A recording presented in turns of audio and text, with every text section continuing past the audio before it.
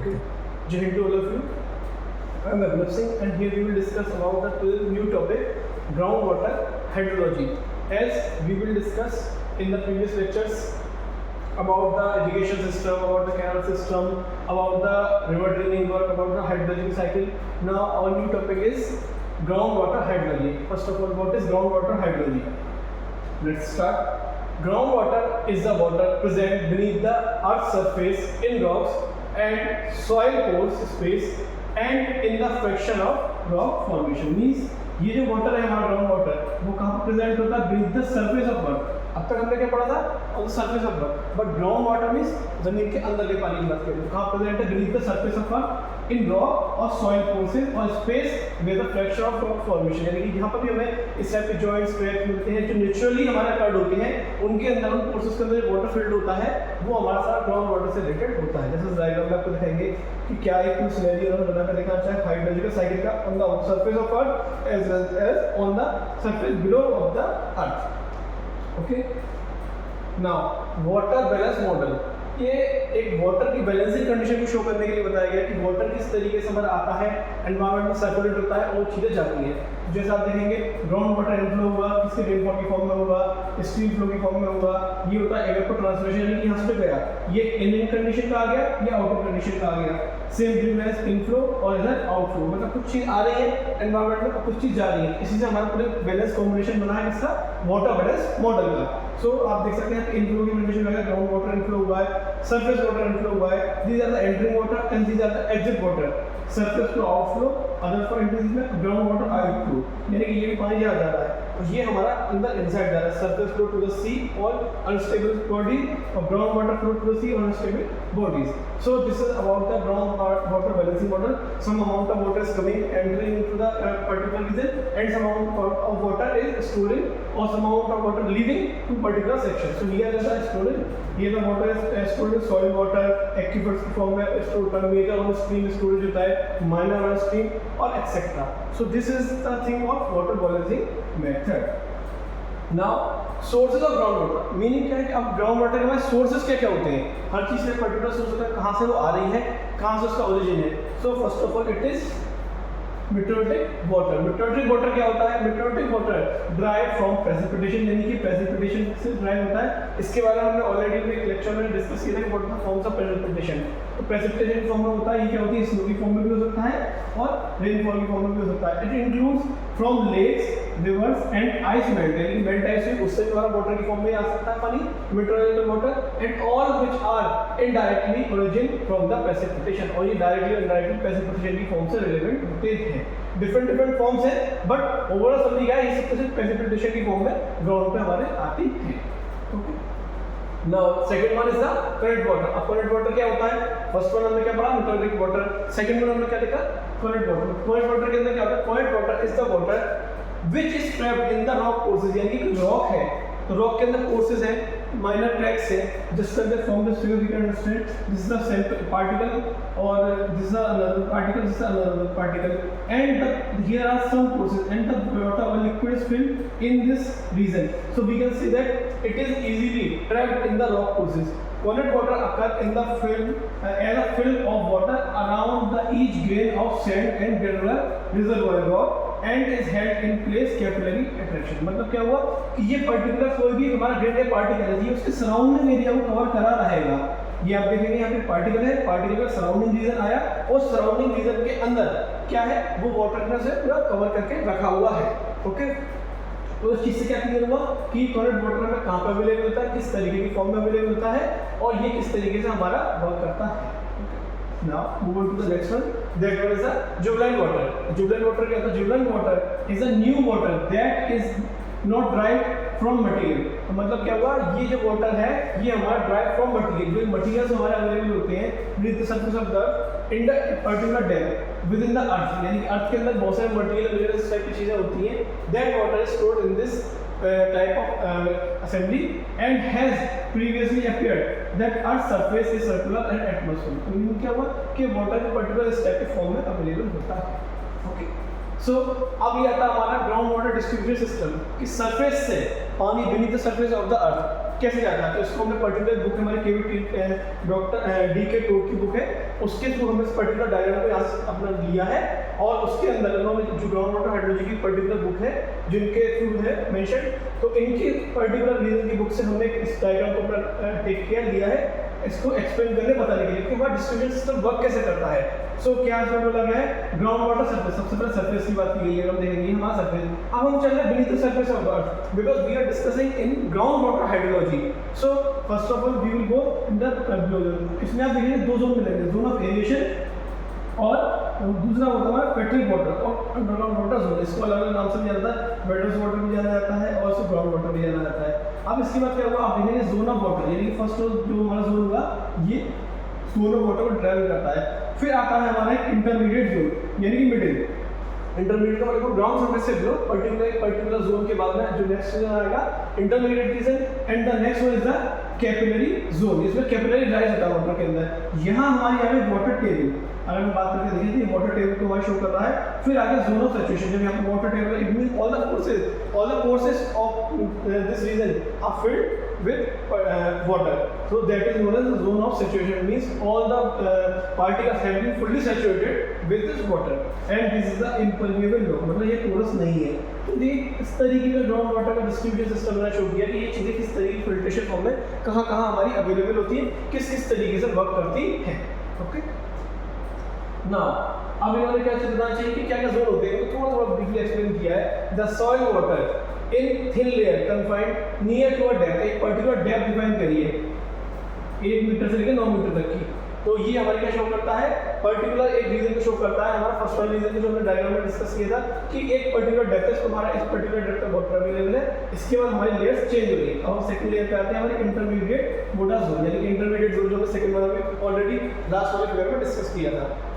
तो intermediate zone की बात अगर हम करते हैं तो इंटरमीडिएट जोन के अंदर हमारी क्या कंडीशन आती है, it is the fate zone, non saturation water, and this zone is moving downward under influence of gravity. तो इसका अंडर ग्रेविटी हमारा जो है वाटर फ्लो होता है, वर्क करता है। It is generally of smaller thickness and be even absent in many cases. तो कई बार इस केसेस में बहुत जगह पे अवेलेबिलिटी नहीं होती है, कुछ जगह थिकनेस हमारी कम होती है तो कुछ जगह अवेलेबिलिटी नहीं होती है। The above zone is sometimes collectively referred to the zone of aeration. तो कई बार इसमें हमारा लिक्विड की फॉर्म में वाटर अवेलेबल नहीं होता है, ड्राई फॉर्म में भी, यानी कि हमारा voids are filled with air, जिसको जोन ऑफ एरिएशन के नाम से भी कुछ रीजन्स पे जाना जाता है। ठीक है, अब नेक्स्ट आता है हमारा third region, zone of capillary water. अब कैपिलरी वाटर का राइज क्या है, कैपिलरी वाटर का जोन क्या है, are also called capillary fringes. को कैपिलरी फ्रिंजेस के नाम से भी जानते हैं। It is present only soil and rocks of fine particle size underlying in बोडा जोन। तो ये क्या होता है, इसके अंदर हमारी सॉइल और उसके ब्लॉक्स के पार्टिकल हैं वो फाइन कंडीशन में लेके होते हैं, सेटल होते हैं in the fine particle size zone. Ground water drone और इसकी पर्टिकुलर हाइट डिफाइन की 2 से 3 metre from the saturated zone, यानी कि जो हमारा सैचुरेटेड जोन है उससे 2 से 3 मीटर की एक अब हाइट पे हमें देखने को मिल जाता है। Okay, so this is the about the zone और the distribution pattern of the ground water system. तो इसके अंदर 3 जोन में डिवाइड किया और 3 जोन को ब्रीफली जाना कि क्या क्या किस तरीके से वर्किंग सिस्टम है, क्या पर्टिकुलर डेप्थ होती है वाटर की, क्या हमारी लेयर की थिकनेस होती है, कौन सा जोन ऑफ वेरिएशन होता है, कौन सा जोन ऑफ सैचुरेशन होता है, कहाँ कैपिलरी राइज होता है। तो इस पूरी समरी के अंदर हमने ब्रीफली इस चीज़ को जाना कि किस तरीके से वर्क हमारी करती है।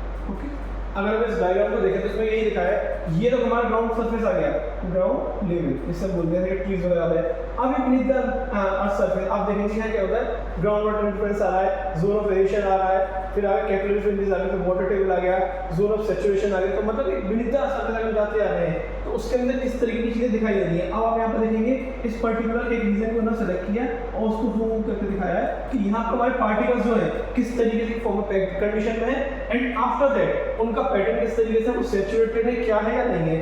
यहाँ पर देखेंगे क्या दिखाया है, पोर स्पेस दिखाया है, यानी पोर्सेस है। यहाँ पे हमारा ऐसा दिखा रहा है वाटर फील्ड है। ठीक है, तो सॉइल और मिनरल रॉक मास को हमने करेक्ट किया है। सेम इसी तरीके से यहाँ जोन ऑफ हमारा सैचुरेशन आ गया, तो यहाँ पे आपको वर्ड्स की बात नहीं की जा रही है। तो अगर आप देखेंगे तो it is fully saturated, fully saturated condition आ गई हमारी, यानी कि फुल्ली हमारे वाटर से सैचुरेटेड कंडीशन में है। यहाँ प्रोसेस हमारे कोई भी एयर ड्राई कंडीशन में नहीं है।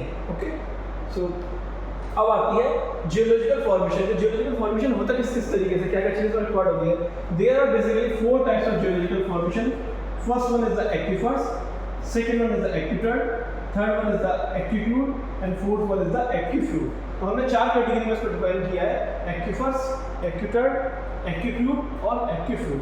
तो ये क्या कर रहा है, जियोलॉजिकल फॉर्मेशन किस तरीके से बनना है, किस तरीके से वर्क कर रहा है, इसको हम वन बाय वन इसके अंदर जानेंगे और समझेंगे। So let's start with first one, aquifers. Aquifers क्या होते हैं?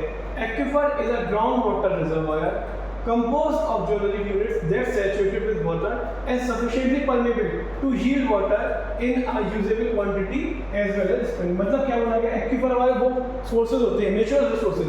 सबसे पहली चीज तो ये क्लियर होगा कि इसमें कोई आर्टिफिशियल मीडियम की हम बात नहीं कर रहे, ये सारे नेचुरल रिसोर्सेज हैं, कोई इसमें मैन मेड वाली चीज़ों का इंट्रोडक्शन नहीं किया गया है। एक्विफर क्या होता है, ग्राउंड वाटर के वो रिजर्वायर या वो सोर्सेज होते हैं या वो जियोलॉजिकल यूनिट्स होती है हमारी that are saturated, यानी कि fully completely saturate होती है वाटर से and sufficiently permeable। permeability क्या होती है कि जो फोर्सेस है उसके थ्रू हमारा जो भी इंटरकनेक्टेड वर्ड्स के थ्रू जो हमारा लिक्विड है वो पास ऑन हो पा रहा है टू yield the water, यानी कि उस जगह के पर्टिकुलर रीजन को जो वाटर है उसको यूज करने के लिए, उस जगह प्रोवाइड करने के लिए। And quantity is in the form of wells और स्प्रिंग, जैसे कुएं या स्प्रिंग्स झरने का फूटना, तो वो इस तरह की चीज़ें जहाँ दिखती है वहाँ पे आप समझ लीजिए एक्विफर की कंडीशन है, मतलब हम वाटर हमारा कंप्लीटली अच्छी क्वांटिटी में अवेलेबल है और वहाँ पे कैपिलरी एक्शन के थ्रू वो पानी हमारा बाहर सरफेस पे आ रहा है। ठीक है, sand and gravel deposited, limestone इसके अंदर चीज लगी, कंपोस्ट इस टाइप की रॉक्स इसके एग्जांपल है जहां पे इस टाइप की यूनिट्स हमारे एक्विफर की देखने को मिल जाती है। तो उन्होंने ये बताया था कि इस टाइप के जो स्टोन होते हैं, जब हम जियोलॉजी की फॉर्म में जाते हैं डिफरेंट टाइप के रॉक्स, स्टोन और मिनरल्स के बारे में जानते हैं। So in this region we have to select a particular type of stones और rocks that are that has been completed the condition of aquifer, मतलब इन जगह पर आपको एक्विफर इजीली देखने को मिल जाते हैं। अब एक्विफर के बाद दो इंपॉर्टेंट फंक्शन होते हैं, तो क्या होते हैं? First of all function first one is the to transmit ground water from area of recharge to area of discharge, यानी क्या हुआ, ये ग्राउंड वाटर को ट्रांसमिट करने के लिए, किसी पर्टिकुलर रीजन में रिचार्ज करने के लिए, एरिया को डिस्चार्ज करने के लिए बहुत ज़्यादा फंक्शन अपना फुलफिल करते हैं, बहुत ज़्यादा इंपॉर्टेंट होते हैं, बहुत ज़्यादा हेल्पफुल होते हैं। Now the next one is the to provide a storage medium for usable quantities of water। तो प्रोवाइड क्या करते हैं? स्टोरेज मीडियम प्रोवाइड करते हैं, किसके लिए? यूजेबल क्वांटिटी ऑफ वाटर को रखने के लिए, कलेक्ट करने के लिए। The amount of water in mineral can also be hold depends upon the porosity. ये बहुत एक मेजर फैक्टर है पोरोसिटी, जिसके बारे में हम आगे नेक्स्ट जानेंगे कि पोरोसिटी के ऊपर किसी भी पर्टिकुलर एक सैंपल की बात की जाए, एक रीजन की बात की जाए, पोरोसिटी के ऊपर बहुत मेजरली डिपेंड करता है कि मटेरियल या वो जो मीडियम है वो कितना पोरस है, हाईली पोरोसिबल है या मीडियम पोरोसिबल है, ये लो पोरोसिबल, उसकी पोरोसिटी बहुत लो है। तो उसी के थ्रू हमारा जो कैपिलरी रिएक्शन है या जो पर्टिकुलर रीजन से हमारा जो लिक्विड पास ऑन होना है वो उस कंडीशन पर बेस्ड होगा। इसको भी हम आगे डिस्कस करेंगे नेक्स्ट स्लाइड में।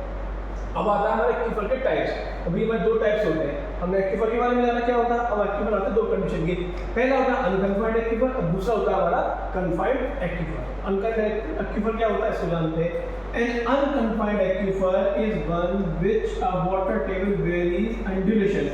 मतलब क्या होता है, इसके अंदर जो वाटर टेबल होती है उसको अंडुलेशंस डेवलप होते हैं। वो एक सीधे पर्टिकुलर पैटर्न नहीं है कि आपका एक लेवल यहाँ पर सेम लेवल सब जगह अवेलेबल होगा, नहीं। इसमें क्या होता है, अंडुलेशंस होते हैं, undulation from and in slope and depending upon area which are discharge and permeability. अब अंडुलेशन आएंगे तो जाहिर सी बात है इसका डिपेंड करेगा, डिस्चार्ज की कंडीशन भी वेरी करेगी, इसकी डिस्चार्ज की कंडीशन भी वेरी करेगी और परमेबिलिटी भी वेरी करेगी। ऐसा नहीं है कि पर्टिकुलर रीजन पर अमाउंट ऑफ वाटर जितना डेप्थ में अवेलेबल है सेम पर्टिकुलर दूसरे रीजन में उसके नियर बाई सराउंडिंग में हमें उस पर्टिकुलर डेप्थ में वो अवेलेबिलिटी हो जाए। सो उस केस के अंदर क्या होगा, ये कंडीशन हमारी कहीं ना कहीं अप्लाई होगी। ठीक है, तो इसके अंदर कंटिन्यूस प्रोफाइल देखी जाती है, किस तरीके से मूवमेंट होता है, क्या होता है, डिस्ट्रीब्यूशन सिस्टम क्या होता है, मूवमेंट किस तरीके से हो रहा है, हम सब इन सब चीज़ों को डिटेल में जानते हैं, पढ़ते हैं। तो अनकन्फाइंड एक्विफर में देखेंगे यहाँ पे इसके नीचे एक माइन पर भी लेयर आ गई, यहाँ पे वाटर अवेलेबल कंडीशन आ गई, देन कन्फाइंड एक्विफर। इसके बारे में क्या चीज़ है समझी, क्या अनकन्फाइंड एक्विफर क्या होता है, इसका डिविजन होते हैं, किस तरीके के कंडीशन वर्क करता है और इसके बाद ये रिचार्ज किस तरीके से करना, परमेबिलिटी, इन सब फैक्टर्स पे की कंडीशन डिपेंड करती है। Now next one is the confined aquifer. So we have already discussed unconfined aquifer. Now we will discuss about confined aquifer. The confined aquifer, also known as certain or pressure aquifer. इनको pressure aquifer के नाम से भी जानते हैं। क्यों? Occurs where ground water is confined under pressure, gather than atmospheric by overlying and relatively impervious strata. तो मतलब क्या हुआ, इसके अंदर ग्राउंड वाटर हमारा इज कन्फाइंड अंडर प्रेशर। जो ग्राउंड वाटर होता है प्रेशर की फॉर्म में हमारा कन्फाइंड कंडीशन में होता है एंड ग्रेटर एटमॉस्फेरिक, ठीक है। Water enters in unconfined aquifer area where confining bed is rises from the surface. Water may also enter by leakage through a confining bed. Okay. Confined aquifer displaying only small change in storage and sun permeable and conducive for conveying water and for recharge area of location of the natural by artificial condition. Okay. So now तो हमने पहले condition क्या जानी, aquifers के दो condition हो गए। अब आती है एक्विफर्ड। तो हमने पहली कंडीशन में दो कंडीशन जानी कि हमारा अनकन्फाइंड एक्विफर क्या होता है, देन कन्फाइंड एक्विफर क्या होता है। अब हम अपना स्टार्ट करते हैं। वो हमारा क्या है, एक्विफर्ड। एक्विफर्ड क्या होते हैं, an aquitard is a partly permeable, क्या बोला गया इसमें word, partly permeable geological formation. मतलब परमिएबिलिटी है बट फुल्ली नहीं है, पार्टली का मतलब, ठीक है। It transmit water at such a slow rate that the yield is insufficient. Meaning क्या हुआ, अगर आप देखें तो इस पॉइंट पे ये वर्ड जो इन्होंने मेंशन किया है पार्टली इम्परमिएबल। अगर परमिएबल होगा तो फुल तरीके से अपना डिस्चार्ज को सप्लाई करेगा, बट इस केस में क्या है, पार्टली बोला गया। इसलिए जो हमारी यील्डिंग है उसका रेट स्लो होता है और वो इनसफिशिएंट क्वांटिटी में हमारी अवेलेबिलिटी होती है। तो ये हमारा इसके लिए बहुत जरूरी है। तो इसका एग्जांपल क्या है, सैंड लेस इन फॉर्मेशन, जहाँ पे इस टाइप की चीजें होती है वहाँ पे एक्विफर्ड हमें देखने को मिल जाते हैं। ओके, एक्विफर्ड में ये चीजें नहीं। अब नेक्स्ट आगे चलते हैं, एक्विक्लूड। एक्विक्लूड क्या होते हैं, अब एक्विक्लूड को समझते हैं। तो इसमें क्या है, impermeable layer of soil that में अब्सॉर्ब वाटर स्लोली, यानी कि क्या बोला गया है, वाटर को स्लोली अब्सॉर्ब करती है but does not transmitted. Slowly तो अब्सॉर्ब कर रही है और उसके बाद ट्रांसमिट भी नहीं कर रही है, डज नॉट ट्रांसमिट इट, तो ट्रांसमिट भी नहीं कर रही है, यानी कि वाटर का जो पास होना होता है वो कंडीशन नहीं हो पा रही है। A body of relatively impermeable rocks that is capable of absorbing water slowly but does not transmit rapidly enough in the sufficient supply of water। तो मतलब क्या हुआ, ऐसा अब्सॉर्ब कर किया, अब्सॉर्प्शन रेट तो उसका बहुत स्लो हुआ but the transmission was not possible due to the particular property. तो लिखा है ना पे बट डज नॉट ट्रांसमिटेड, इसलिए क्या बोलता है, absorption was slow but does not transmitted. मतलब क्या, ये पानी तो अंदर अब्सॉर्ब करता है लेकिन इसके अंदर इस तरह का स्ट्रेटा होता है कि जिसकी वजह से अपने अंदर के स्टोर्ड वाटर को पास ऑन नहीं कर पाता या ये ट्रांसमिट करने में कहीं ना कहीं दिक्कत इसको होती है, ठीक है। तो ये हमने क्या पढ़ा, एक्विक्लूड। अब हमारा नेक्स्ट वन आता है एक्विफ्यूड। तो फर्स्ट ऑफ ऑल अभी तक हमने क्या जाना कि एक्विफर क्या होते हैं, एक्विफर के बाद हमने क्या चीज जानी कि नेक्स्ट हमारा क्या आता है, एक्विफर्ड क्या होता है, एक्विफ्यूड क्या होता है। अब एक्विफ्यूड पे आते हैं। An aquifuge is a geological formation, aquifuge geological formation which does not have interconnected pores. इसके अंदर क्या बोला है, इंटरकनेक्टेड जो हमारा स्ट्रेटा है उसके वॉइड्स इंटरकनेक्टेड एक दूसरे से नहीं होते हैं। इट इज नाइदर पोरस, ना तो पोरस ही कहा जाता है और ना ही परमेबल। जब इसके अंदर कुछ ऐसा ना पोरोसिटी है ना परमेबिलिटी है, दस नाइदर स्टोर वाटर, से ना पानी स्टोर कर पाता है, नॉट ट्रांसमिट, ना पानी स्टोर होगा ना ट्रांसमिट कर पाएगा। तो ये इसकी ये पर्टिकुलर प्रॉपर्टी है एक्विफ्यूड। ओके, चलिए इसका एग्जांपल दिया गया जैसे कि ग्रेनाइट रॉक कही गई है। ग्रेनाइट रॉक क्या बनता है, हार्ड स्पॉट में आती है हमारी और इसके अंदर ना वाटर स्टोर कर सकता है ना पास ऑन कर सकती है क्योंकि पोरस नहीं होती। ओके, तो ये हमने ब्रीफली इसके बारे में जाना कि हमारी एक्विफर की कंडीशन क्या क्या होती है। एक हमने टर्म सुना है एसर्टिंग वेल। आर्टिसन वेल क्या होता है, it is simple a well that does not require a pump to bring water into the surface. इसमें कोई पंप की रिक्वायरमेंट नहीं होती है कि पानी को सरफेस पर लाने के लिए हमें कोई पंप या कोई असेंबली यहाँ पर हमने सेट की हो। That occurs where there enough pressure in the aquifer, यानी कि एक्विफर के प्रेशर से ही पानी हमारा वाटर टेबल के सरफेस पे निकल करके आता है और इसलिए हम इसको एसिडिक वेल कहते हैं। ये इन्होंने दिखाया है कि एक्विफर के सभी कंडीशन, पहले एक्विक्लूड होता है, फिर एक्विफर होता है, फिर एक्विक्लूड होता है, एक particular average head level show करनी चाहिए। अगर यहाँ पे देखेंगे तो बीच द सरफेस हमारी असेंबली किस तरीके से वर्क जोन ऑफ वेरिएशन आता है, जो अब तक हमने पहले देखा इम्परमेबल स्टेट कहाँ आ रहा है, परमेबल कहाँ आ रहा है, जोन ऑफ सैचुरेशन में लाइमस्टोन एक्विफर है। तो एक इन्होंने बीच द सरफेस हमारी क्या असेंबली आती है, किस तरीके से वर्क करती है, उसको यहाँ पे डायग्रामेटिकली फॉर्म में शो करने की चीजें दिखाई है। ओके, अब आता है एक्विफर कितने पैरामीटर्स में हमारा वर्क करता है। तो एक्विफर के पैरामीटर होता है porosity, specific yield, specific tension, coefficient of permeability, transmissibility, specific storage और स्टोरेज कोएफिशिएंट। तो इन्होंने स्ट्रेटा को लिया है और उस स्ट्रेटा के अंदर इन्होंने देखा कि वाटर किस तरीके से हमारा स्टोर है, परमिएबल में और इम्परमिएबल में। इम्परमिएबल में क्या है, हमारा बहुत लेस क्वांटिटी में अवेलेबल है, पोर्सेस नहीं है, बट परमिएबल में रहेगा हर पोर्सेस के आसपास वाटर अवेलेबल है। तो अब हम 1 by 1 की प्रॉपर्टी ऑफ सॉलिड डिस्कस करते हैं। क्या होता है पोरोसिटी? पोरोसिटी क्या होता है, volume of voids the volume of total volume of the solids, ठीक है।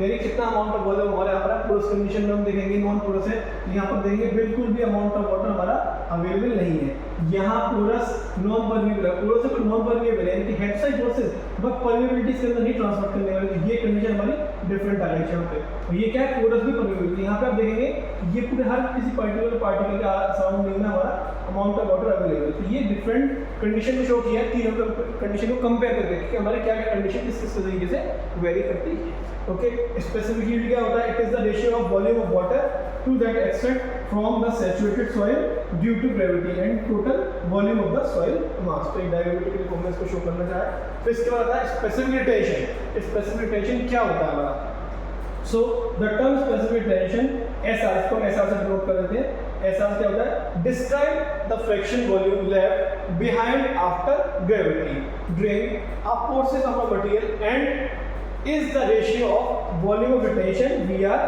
To the total volume of sample, यानी कि वीटी। तो ये एक पर्टिकुलर फॉर्मूला, अगर इसको एक न्यूमेरिकल फॉर्म में डिफाइन करेंगे तो it is the ratio of volume of retention VR upon two the VT, यानी कि total volume of sample tension.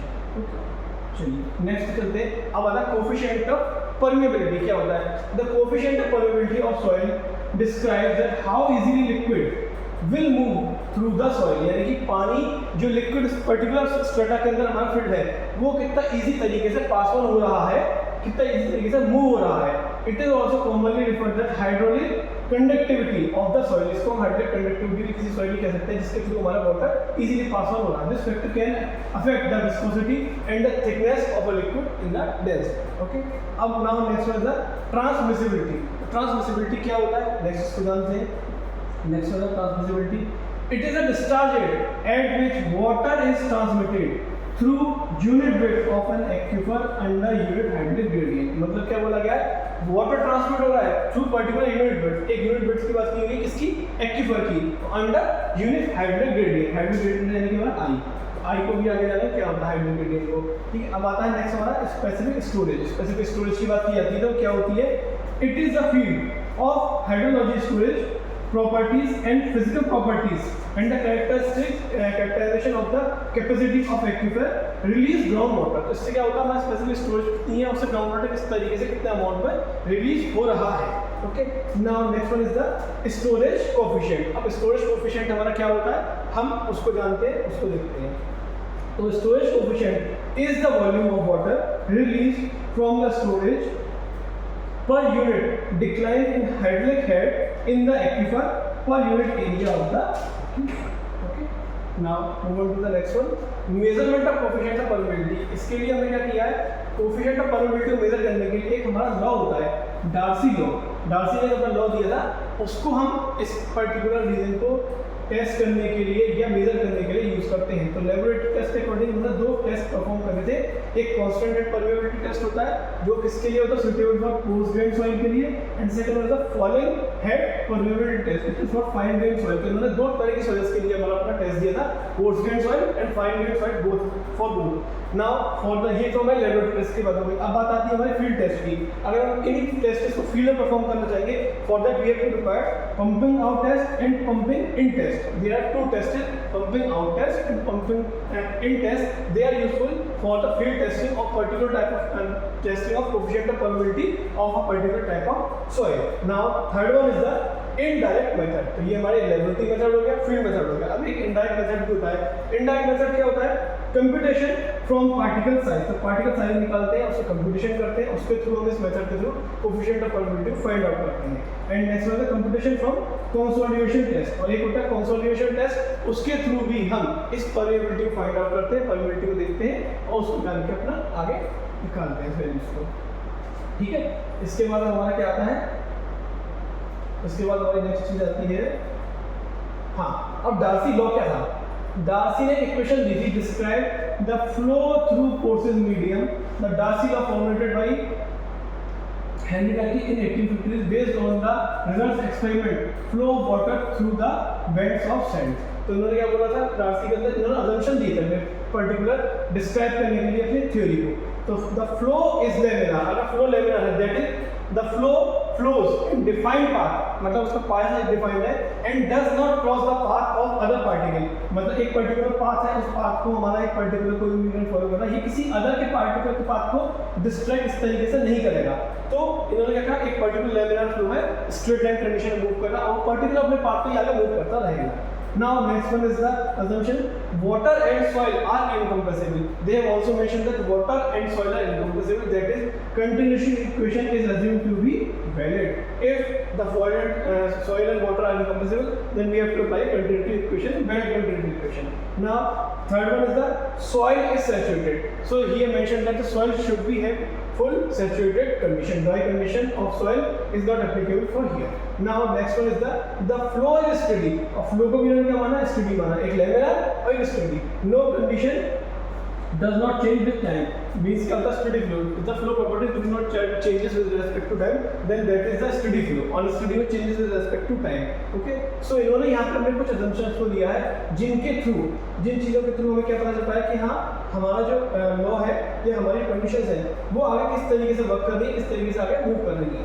Okay, अब इन्होंने एक हाइड्रेट ग्रेडियंट की लाइन दिखाई, यहाँ पे एक हेड लॉस को लिया इन्होंने, पर्टिकुलर सरफेस लिया और यहाँ से हमारे ग्रेडियंट लाइन इस तरीके से रिहाइड्रेट, तो इसको हमने क्या शो किया, HL, पर्टिकुलर हाइड्री हमारी HGL और HGL से हमारा सरफेस डाउन हुआ, ये हो गई हमारी HGL हाइड्रेट ग्रेडियंट लाइन, और इससे पर्टिकुलर डाउनफॉल आया तो इसको हमने क्या किया, हेड लॉस का नाम दिया।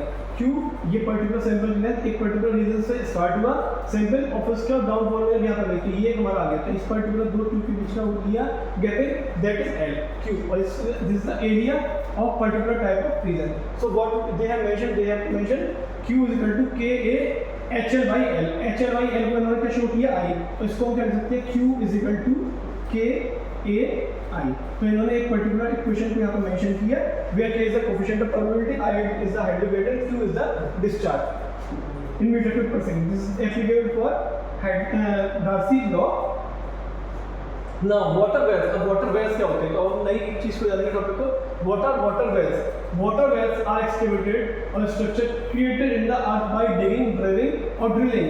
ये इस पर्टिकुलर प्रोसेस के थ्रू हमारे इस टाइप के जो वेल्स होते हैं उनकी डिगिंग, ड्रिलिंग या उनके अंदर कोई भी मीडियम बनाया था कहाँ पर, beneath the surface of the earth excavation किया गया है, ऑन द सरफेस नहीं, beneath the surface of the earth. अब आते हैं टाइप्स ऑफ वेल्स, तो टाइप्स ऑफ वेल की बात किया, there are two types of wells, first one is the dug well and second one is the tube well। तो basically इन्होंने इसको दो कैटेगरी में डिफाइन करना चाहा है कि डग वेल क्या होते हैं, ट्यूब वेल क्या होते हैं, द चॉइस ऑफ, ठीक है। तो इसके अंदर हम फर्स्ट वन स्टार्ट करेंगे, एक कंडीशन लेते हैं, एक वेल है, अगर हम उससे वाटर एक्सट्रैक्ट कर रहे हैं तो किस तरीके की फॉर्म में हमारा सरफेस पे आ रहा है। यहाँ पे ट्राइगोनोमेट्रिकली फॉर्म में ये रिप्रेजेंट करने की कोशिश की गई है कि जो हमारा एक्सकेवेशन है वो किस पर्टिकुलर रीजन तक हुआ है, आफ्टर दैट वाटर टेबल में कहाँ मिली है, रॉक फॉर्मेशन बनाया, देन आफ्टर दैट वो वाटर हमारा सरफेस पे किस तरीके से एक्सट्रैक्ट किया गया by the pumping.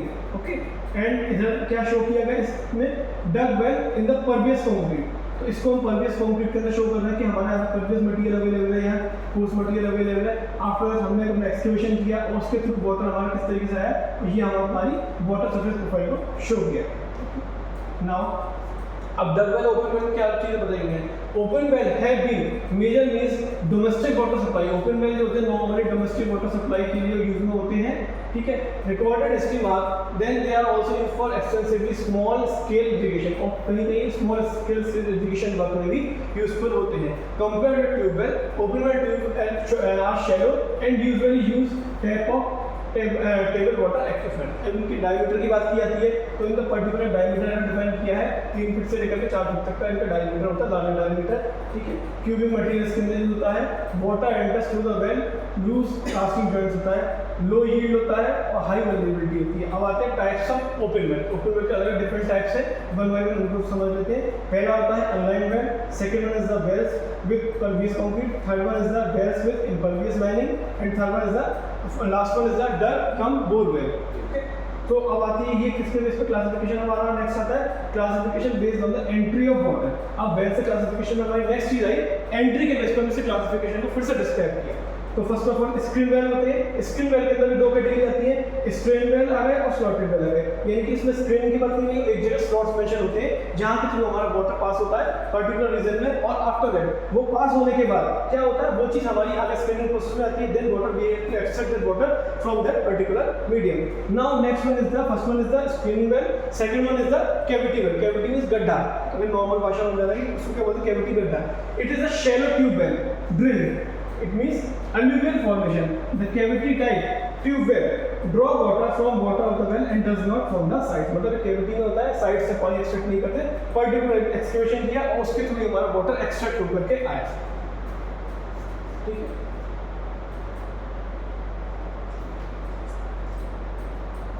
so this is the excavation process by handmade or by machine. So this is about the whole something of groundwater hydrology, and I think the lecture was informative for you. We have discussed so many things in brief way, and in the upcoming things we will try to discuss in the all the things in the detailed manner. Okay, thank you, Jay. And these are the basic references. From there we have to collect the material and prepare our slides preparation. Thank you, Jay.